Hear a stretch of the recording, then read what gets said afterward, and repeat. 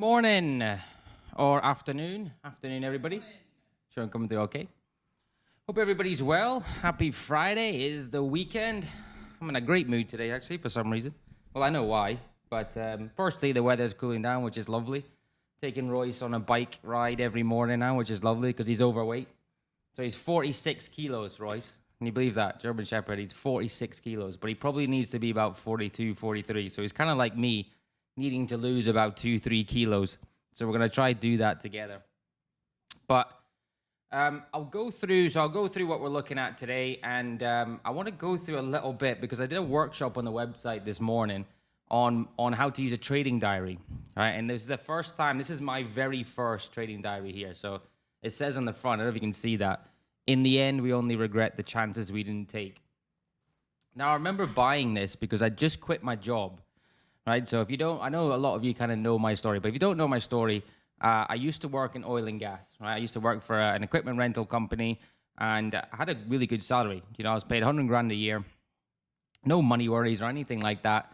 But I just didn't enjoy it. Like I hated working there. I didn't like waking up in the morning, doing the morning run with all the traffic, sitting in the warehouse. Just didn't enjoy my job. And to be honest, I was there for 5 years, right? And I didn't, at the end of it, I didn't really understand any of the equipment. I didn't really know what we do. I didn't care, you know? So this was, I remember seeing this in a shop, and I wasn't trading very well, and I was quitting my job, and I thought this kind of stood out to me. So in the ground, so I took that chance. And I went through it this morning. I'll go through it now because I think it's quite funny about looking back where I came from to where I am now. And this is one of the biggest things I think about having a trading diary. So if you don't have one, I certainly recommend you get one, even though there's little things you can do with it. Like, you know, if you notice things about a chart, maybe you like a certain moving average, maybe a currency pair pulls back to the 50 most of the time, etc., things like that.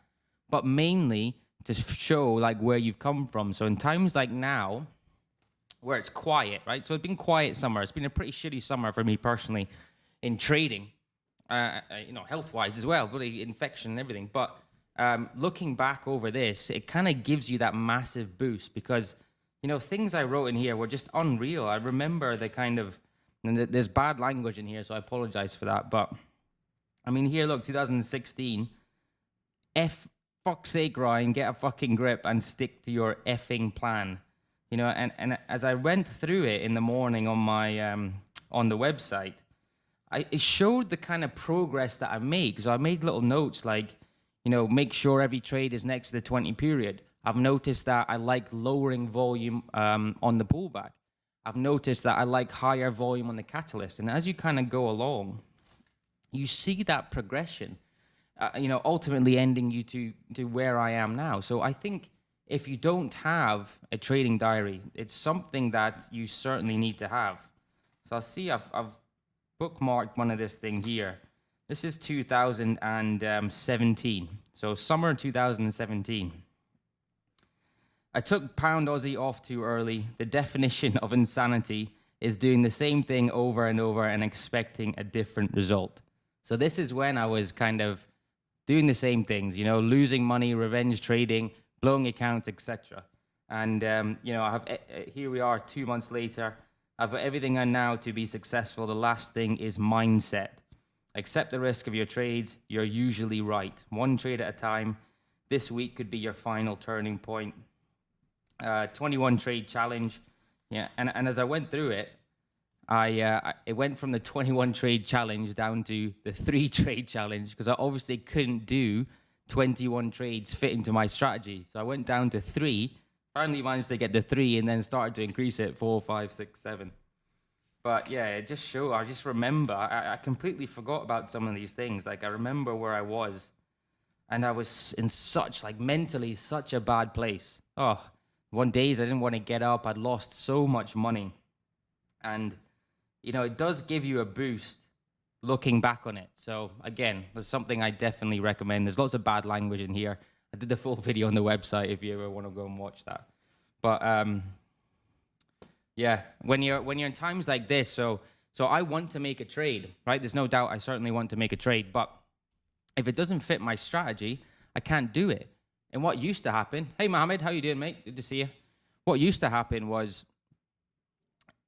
because I want to make a trade, if you're taking something because you're itching to be in the market, so let's say you take a trade that is not quite fitting your strategy, but you take it anyway because you want to be in a trade, and it ends up losing, obviously you're going to be pissed off at what you've done. You're like, I shouldn't have taken that in the first place.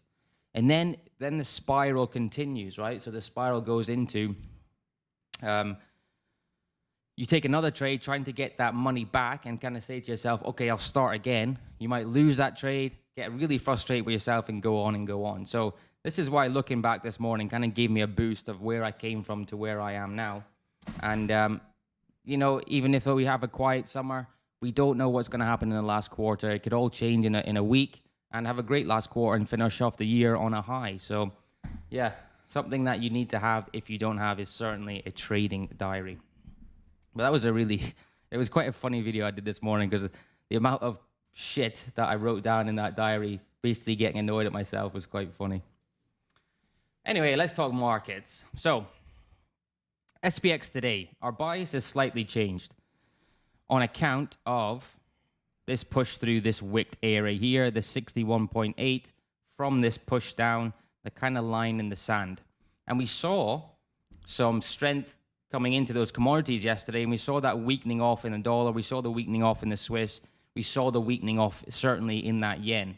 So there, I mean, this is one of the reasons why you do your risk sentiment, because at this point, this break, you could be thinking then, right, let's look at those commodities against the risk off. Now, just because we're coming back, this doesn't mean the panic is setting in. We have come from this decent move. We broke through this area. It'd be interesting to see if we get price acceptance above this area, or we get a pullback around that 40-60 box. So for me, my bias has changed from down to up now, certainly on the smaller time frames. So I'm waiting for an indication. I think we need that 20 period to kind of catch up, considering the move we've had, that we want to continue to the upside. Now, I've put neutral in my risk sentiment because I think in order for us to really guarantee this or really confirm this, you need that catalyst and certainly that break above these highs, i.e. a simple change in trend back to an uptrend, right? Break through the highs, a higher low, and off we go. But we do have some barriers. We've got that 200, we've got this resistance zone as well, and we can see where we've tagged. So we've tagged this trend line that we've respected a few times in the past. So we are getting mixed messages. However, the retest of this trend line looks a little bit bullish, right? Which is why in my mind, I'm like, well, I kind of fancy this as long as we get that inclination and that catalyst on these smaller time frames that this wants to continue to rise. Doesn't look too bad in the smaller time frames, but I would certainly think we may be in for a pullback on this Friday before continuation to the upside. So that's my personal bias since we broke that wick. So potentially looking for setups in those commodities against the risk off, using that SPX to try to figure out when the pullback is over, maybe decent entries and maybe a decent strategy for today or Monday. Now dollar again looks a bit interesting. We have come from this move to the downside. We are clearly in this corrective channel. If we get a break below, because of this higher time frame confluence, now I'm not saying sell the dollar and the dollar is going to fall completely. I don't think that's going to happen yet because of this large structure that we are in. However, intraday, it makes sense because we have now got this candle that's sticking out on the chart, this big bearish engulfer, and we've got this price action on the smaller time frames. So if you get a break and close underneath here, break and close retest, it would look decent for potential dollar shorts intraday. Now, again, I'm not going to say this on the daily time frame because I don't think that's massively confirmed. Possibly we come back and do what I kind of wanted to do in order to take that dollar to the upside. But intraday, potential dollar shorts make sense, but wait for that confirmation. So wait for that break and close below this area. This is a nice pullback. We can see we've kind of digested that move. We're starting to really digest that move, and it looks ready to potentially go. And you got your confluence there with the daily. So yeah, wait for that break and close, and I think playing dollar shorts wouldn't actually be a bad play, and even selling DXY wouldn't be a bad play either on that break and close. Excuse me. Okay, setups today. How's everybody's trading going, by the way? I have not got an update. Mohammed, Paul, Lam, how's all your trading going? Are you making money? Are you seeing any improvements? Have you done anything well this week? Let me know. It's always good to hear about what you guys are doing and how you've improved. And yeah, I always like to hear that. I don't care really sometimes. I know for my trading, it's a long-term game. But if you guys are making money, that's great. USD Swiss. So USD Swiss, we are potentially got our A wave here. We are getting support at this level, which is good. The daily doji candle. Slight battle bar here between buyers and sellers. So we're waiting on that indication of who's going to take control.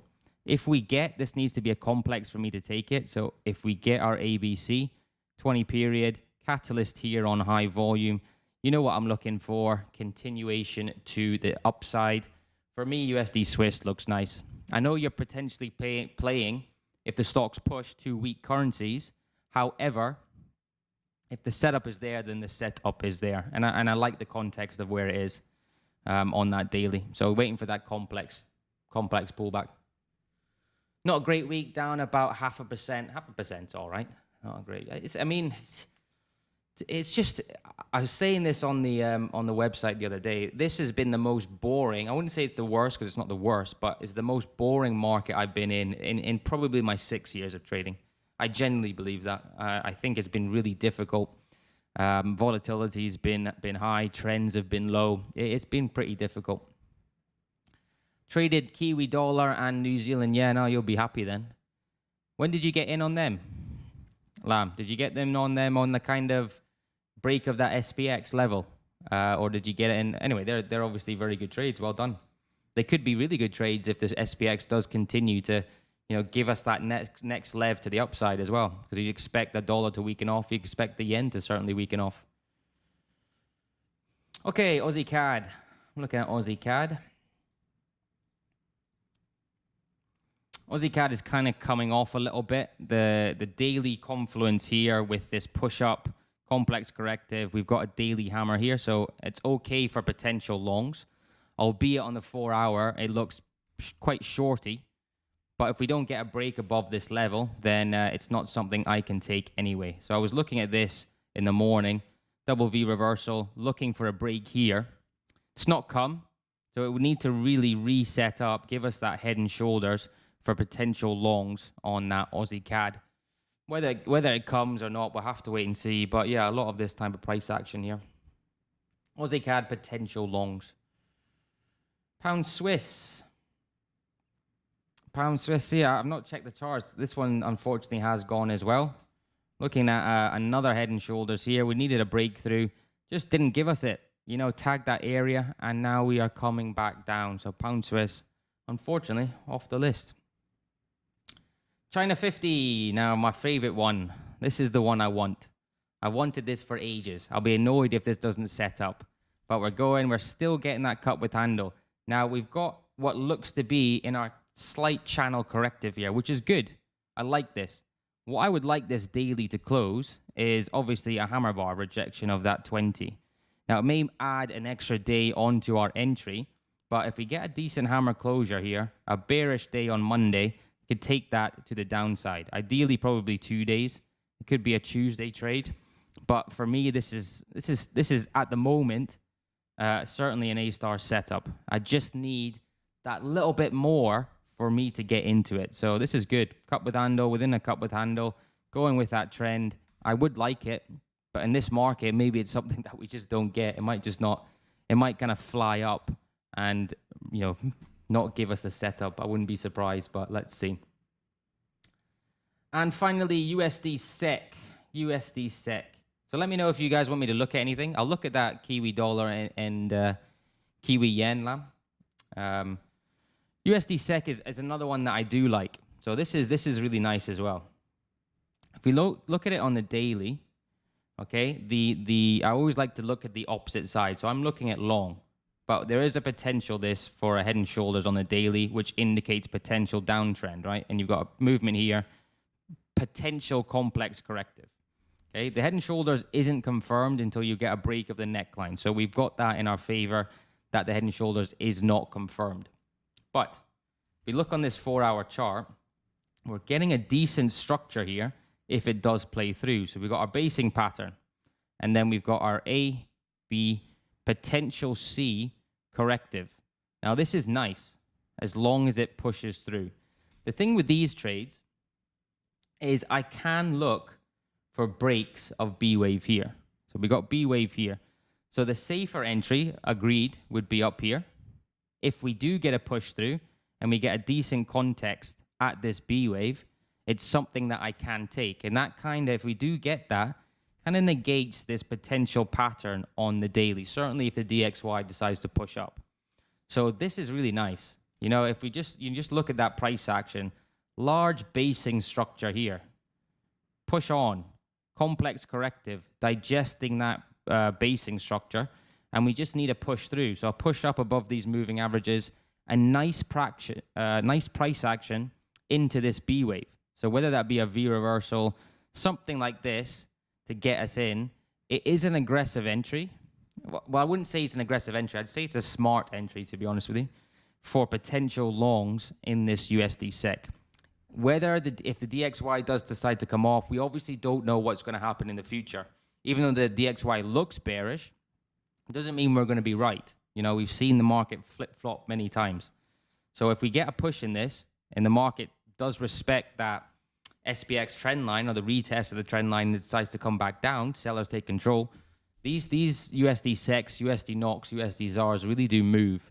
So if we can get a nice price action into this area for a potential break, that would be, I would certainly take that on USD SEC. Because at the end of the day, even though we've got this head and shoulders, right, we have come from a decent move. So it's, so what am I trying to say here? So the head and shoulders is valid, but if we get a push through, it becomes less valid, if that makes sense, because we're coming from this uptrend. So I do like that. I like USD SEC, and I like China 50. I think Aussie CAD is probably gone, right? Aussie CAD. You're out of NJ. Bought NU at 70173. Looking to buy more on a pullback. Yeah, that would make sense to me. That would certainly make sense to me. But it is kind of slim pickings for me, you know? USD Swiss, China 50, and USD SEC. Those kind of longer time frames one makes sense. Let's have a look at NU. NU. I mean, this could be your pullback trade, right? And if I'm going to guess, is it hit the 50% level? Bang on. There you go. And you know what you should do? You should write that down in your market characteristics report. So if this ends up pushing on, right? Daily looks great so far. I mean, that's obviously a nice sign. You've got a bullish bar that's kind of, you know, engulfing the past 3 days of price action. Bang on that 50% from this move. And you're kind of getting your potential complex corrective as well. So if this breaks through to this side, then write in your market characteristics report and say, okay, NU likes that 50% level. And I'll tell you now that it does, because I said that before the fib went on, that I'm pretty sure this is the 50% level, because fair enough, it's the most popular level, so I'm not a genius for saying that, but I know these kind of Aussie dollar and Kiwi dollar like that 50% pullback. So you could get, I mean, looking at the SPX, you could, because this is a decent bullish bar, you could get some digestion in here. You could get some digestion in here before it moves, because these big bars sometimes do need a little bit of digestion. But I think that's a decent trade. You know, if you've got the guts to hold on to it, well, I say guts is a bad word because it should just be fitting your strategy, right? To hold on to it, and it does decide to maybe on this 4-hour chart go back to that 40-60 box. Your moving averages are on side now. You've got your stop below there. Yeah, it could be a decent trade if it decides to move to the upside. So, yeah, simple trend, right? Simple trend, simple stuff. The simpler it is, the better I like it. So if we can get a push on, remember, we don't know what's going to happen in the future. I will say that. We know it's slightly strange markets, so don't discount that failing, because obviously anything can happen. However, you're putting your odds in your favor. So yeah, would make sense. Again, I mean, you look at this 1 hour chart. I know I'm kind of going into it, but you look at this 1 hour chart, you're kind of getting multi-time frame confluence there. So you do the same thing. You look for that roughly 50% area. Maybe that would be a decent added entry if you're inclined to kind of do that. Roughly around here, you get your catalyst. Again, a bit of volume coming in, give you a bit more confluence for continuation to the upside. Thanks God it's Friday. Yeah, I know, right? And Ryan about to take me to class. Well, there's not many setups today, unfortunately. So if you watch the start of the video, I actually did a little bit on my trading diary. So my very first trading diary. And there's a lot of funny things in there. So my tip for today is if you don't have one of these or whatever you want to use, a little notebook, get yourself a trading diary because looking back on it massively helps. And you can make notes. So for example, Lamb, you got a trading diary, make a note in there because you might forget that the NZD USD on the daily, like that 50%, as long as it pulls to the upside. So anything else anybody want me to look at? As I said, I don't have many on my watch list. Another quiet week for me, unfortunately, but I ain't going to take a trade if it doesn't set up. Next week we could have 5 positions. Next week I could have 10 positions. You never know, and they could all be winners. So doing silly things and making silly trades that are going to take me percents away is not something that I certainly want to do. And don't do the things that the 95% do. So that's a good little thing. There's all these quotes that I remember in my head. One of them is, you don't want to be in the 95%. So what's the 95% going to do? Probably try and force trades, try and force money, end up losing it. Don't be in that 95% because they'll fail. They won't make any money. You're in this game for years. You're not in this game for 3 months, 6 months, or whatever. Do the right things and you will get rewarded. And I have to be patient because I know I will be rewarded at some point soon. Can you look at gold? Yeah, I'll look at gold. Gold and NZD CAD. Okay, I'll do gold and NZD CAD, and then I'll be off ski. I'm going for a beer this afternoon. So I do a weekly outlook on A1 trading every Monday now for gold and silver. Now, what I said on that outlook was it was here at this point in time. Wait for a pullback for continuation. Now, the only thing I don't like about gold now is this break. So I don't like breaks that just go like this, okay? I understand we've had the pullback and that's okay. You always really want to see a little bit of accumulation. That's why I use the 20, a little 20 catch up prior to a break, which is possibly why you're getting a slight fake out here to the downside.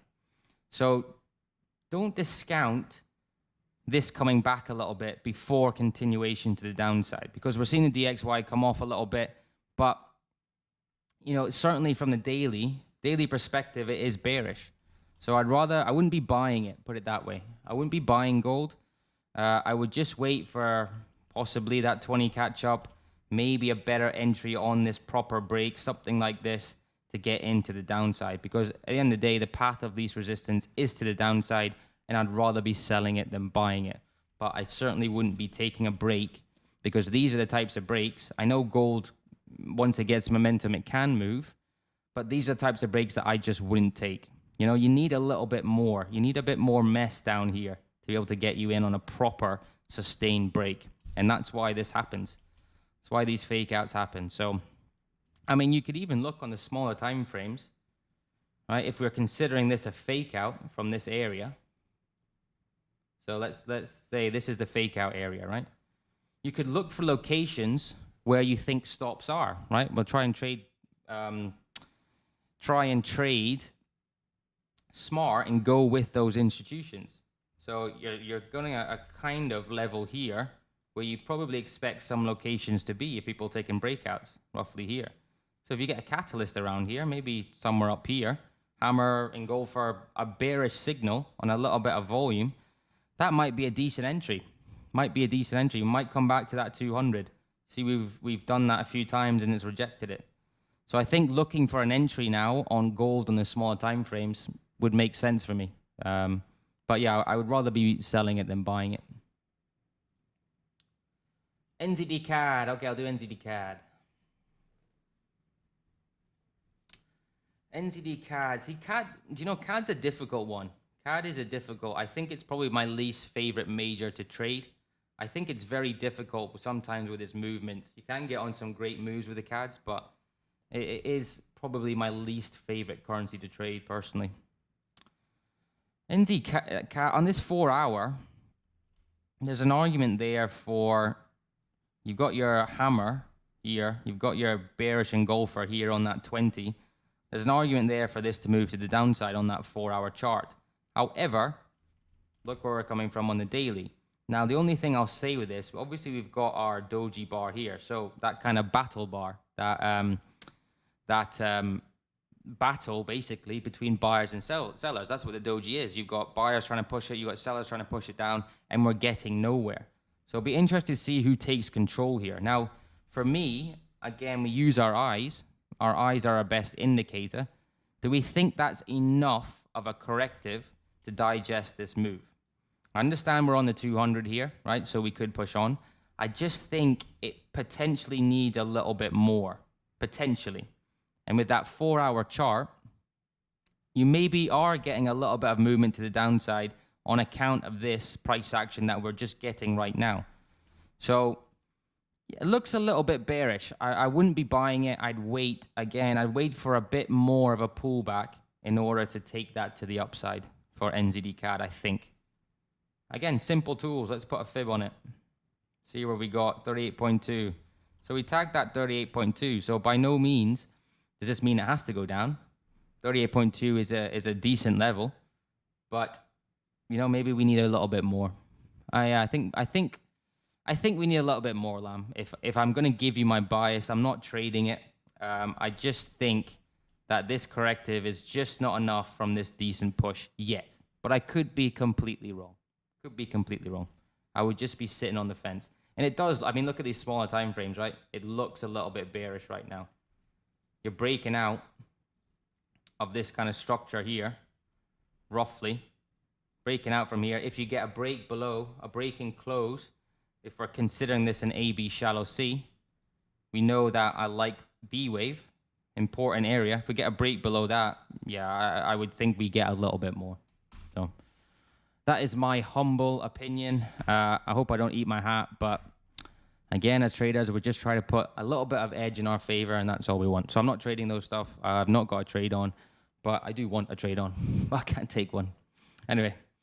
All right, guys, I hope you all have a great weekend. If you like the video, make sure you hit that like. Let's try and get the 7 watching right now. Let's try and get 4 or 5 likes. That would make my weekend going off for a beer. And remember to trade safe, and I'll see you all on Monday. Cheers, guys and girls. Take care.